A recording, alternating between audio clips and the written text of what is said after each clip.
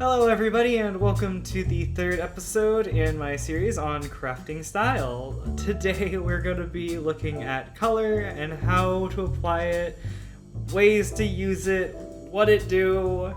Let's get into it. So the first thing I want to talk about is going to be covering some bases on color theory and the color wheel. So very first thing is primary colors, which are your red, blue, and yellow. And for the secondary colors, they are traditionally mixed out of the primary colors. So green is made by blue and yellow, purple is blue and red, and orange is yellow and red.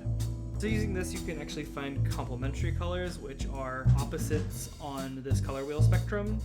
And those will stand out best to each other than any other color to one of those two.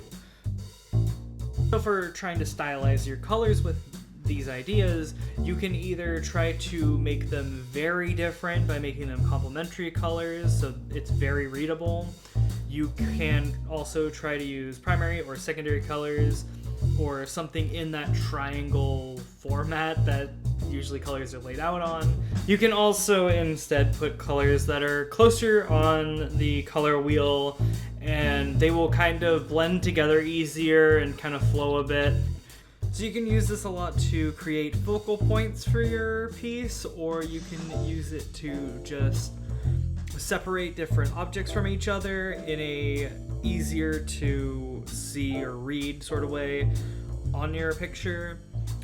You can also just have it to where colors fade into one another. So the next part we're going to talk about is going to be the temperature of your colors, which usually is between warm colors and cool colors. Warm colors are usually when you pick a color and it'll be closer to like the red or orange part of your color wheel. And usually these come about because of a kind of a heat source or a warmth to them. That's why they're called warm colors.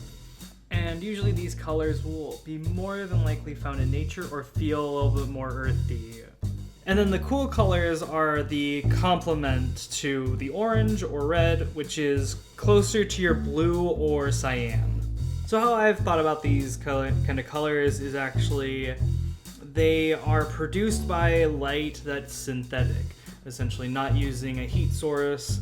These can feel like unnatural or a little other, alien, kind of get a mysterious kind of vibe from it. So next we are going to talk about the saturation and brightness and the difference to what these two words mean.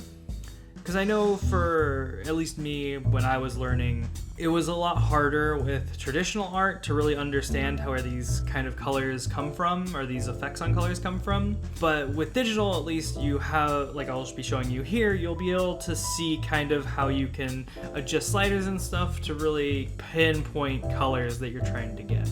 So how I've come to describe these two elements are, first for saturation, it is more of the amount of vibrancy and the amount of color that is actually in the object or whatever that you are drawing or representing. Or on the other hand, it will be desaturated and will be more muted or dull. And this will be from lack of having these kinds of pigments in them, which can be caused from a few different things, not needing so much sunlight, stuff like that. Usually it's sun related, or wear or something like that. Age will usually come with this as well. So a lot of these kinds of ideas on what you might want to depict could change what kind of saturation levels you're going to want. So the other part to this is going to be brightness, which is on a scale of how much light is available in an area and the amount of bounce off that your object will have of that light to someone else's eyes. Or if you want, they don't exude that kind of light, or there isn't the light available for them, and you can kind of work with that as you want to develop your style a bit more. And I'll continue talking about shadows and lighting in another episode, probably the next one I think, so look forward to that. Alright, so I'll talk again a little bit more about using these tools in the context of how kind of color functions in them. So with brightness, if you have, say, a lot of a bright color with a small section of a dark color, there's going to be a lot of contrast to them, and usually this will pop out the one that is darker. This also works in reverse, where if you have a light color in a lot of darkness, the bright color will shine a lot more than if you had, say, a bright color and a medium bright color next to each other. It will look slightly more dimmer in that case. And trying to work around these ideas and figure out how they work together will help you find that style a bit more and hone in on what you want.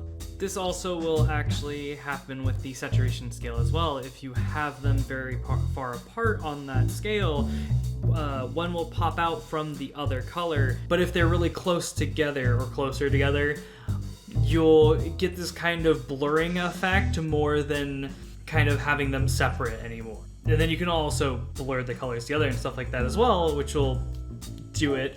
But you can do this just with color by slowly putting in different levels of saturation. And being aware of those is something you really want to pay attention to when you're trying to like get a solid look for something. So for this last section, I am going to now talk a little bit more about color choice and kind of the emotional stimulation you get from a lot of these different colors or placements of the colors on the wheel, stuff like that. So first, since we were just talking about saturation and brightness, I will kind of go over a little bit of what I feel is kind of the emotional ties to these kind of quadrants on this spectrum of saturation and brightness. So if you go too far into the corner here where there is no saturation and the brightness is turned all the way up, you'll tend to get very faded colors. The lack of the pigments and color in them, but there is light around. So they're in an environment that they're supposed to be present, but don't have a lot of these effects to them. So after you get through the pale tones, you will come to more pastels in that quadrant.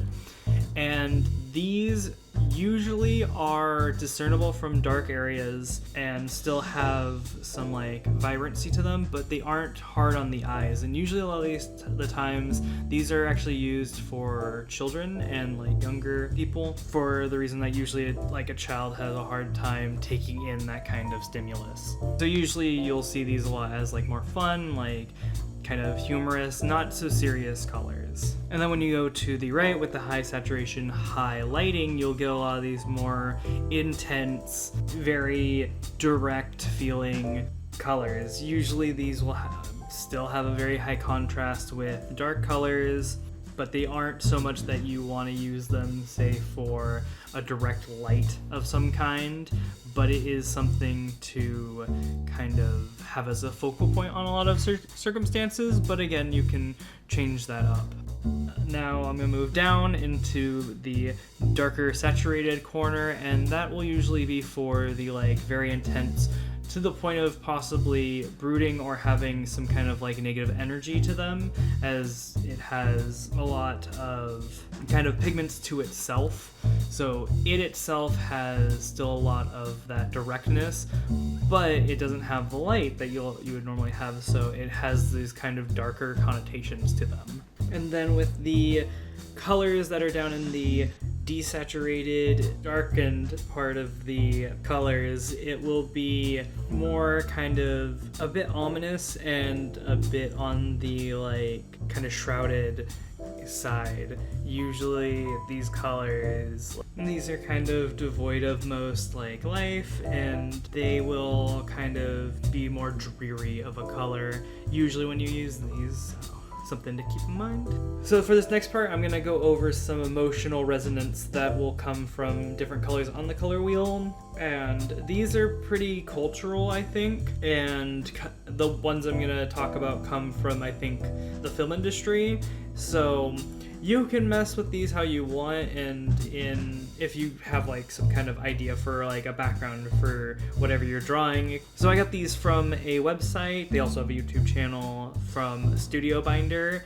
They do a lot of film media stuff. So I'll leave a link for them in the description for the video. And so these aren't mine, they are from somewhere else, and I will just be reading them off. So for red, they list love, passion, violence, danger, anger, and power. For pink, so they don't go through all the colors, I'm just remembering, but they go through a good amount of them. So pink is innocent sweetness, femininity, playful, empathy, and beauty. Orange is warmth, like I thought it was. Sociability, friendliness, happy, exotic, and youth.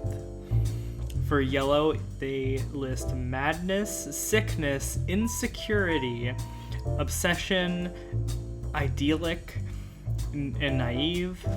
For green, they do nature, immaturity, corruption, ominous, darkness, and danger again. For blue, it is cold, isolation, cerebral, melancholy, which is kind of depressed in a way, like sadness, but like a moderate sadness, not like extreme. Passivity, calm. For purple, they have fantasy, ethereal, eroticism, illusory, mystical, and ominous. You could also try to think of different people that might wear these kinds of colors that you're trying to use. I know for a lot of these examples, there were things that I would think of that they didn't.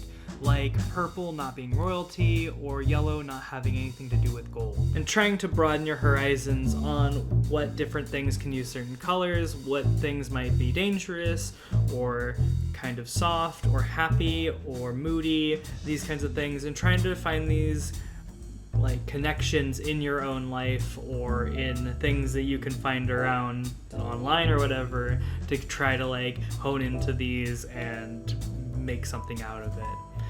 And that will wrap up this styles with color video. I hope you liked it. If you did, please hit the like button. And if you haven't subscribed yet, please do. I'm trying to do one of these every couple weeks. I also am doing cover songs every so often. So if you like those, hit that button down there. And with that, thank you again, and I'll see you in the next video. Bye-bye!